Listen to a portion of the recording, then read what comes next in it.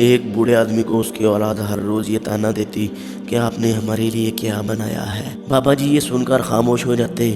اگلی صبح پھر اسی بحث کو لے کر بچے اپنے بوڑھے باپ کا جینا حرام کرتے اور بیچارہ بوڑھا صبر کے ساتھ اپنی اولاد کی اس تانے کو سہتا بھی اور سنتا بھی، لیکن خاموش رہتا۔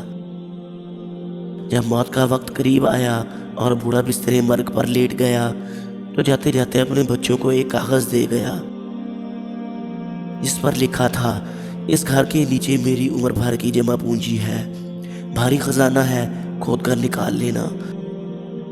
یہ پڑھنا تھا کہ بچوں کی خوشی کی کوئی ٹھکانہ نہ رہا۔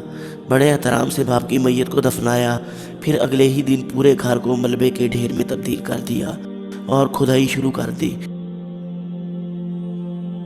کھدائی کرتے ان کی نظر ایک چھوٹے سے صندوق پر پڑی، جسے کھولا گیا تو اس میں ایک پرچی پڑی تھی جس پر لکھا تھا، اگر تم سب اتنے ہی مرد ہو تو اسی گھر کو دوبارہ بناؤ جسے میں نے اپنا خون پسینہ بہا کر تعمیر کیا تھا۔ تمہارے سوال کا جواب بھی مل جائے گا۔ بچے رہی سہی چھت بھی گنوا بیٹھے۔ آج کا نوجوان ماں باپ کا خدمت گزار ہو یا نہ ہو، لیکن یہ سوال ضرور پوچھتا ہے کہ ہمارے والدین نے ہمارے لیے بنایا کیا ہے۔